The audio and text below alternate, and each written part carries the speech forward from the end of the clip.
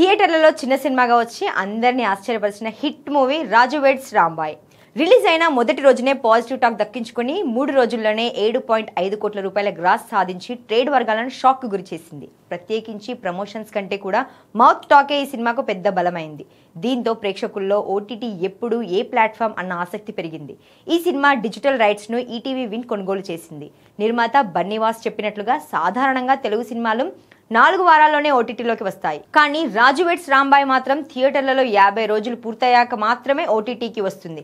అందుకే ఈ సినిమా సంక్రాంతి 2026 సమయంలో ఈటీవీ విన్ లో స్ట్రీమ్ అయ్యే అవకాశం ఉంది. అంటే ఇంకా చాలా రోజుల పాటు థియేటర్లలోనే ఈ సినిమాను ప్రేక్షకులు ఆస్వాదించవచ్చు. డైరెక్టర్ గా సాయిలు కాంపాటి ఈ సినిమాతో తనదైన ముద్ర వేసుకున్నారు. ముఖ్యంగా చైతన్య జొన్నలగడ్డ తన నేచురల్ యాక్టింగ్ తో హృదయాలను గెలుచుకున్నాడు.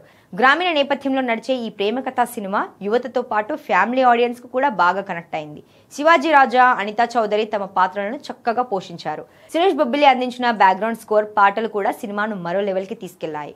నిర్మాతలు వేణు ఉడుగుల, రాహుల్ మోపిదేవి సినిమా నాణ్యతపై మంచి శ్రద్ధ పెట్టినట్లు స్పష్టంగా కనిపిస్తోంది.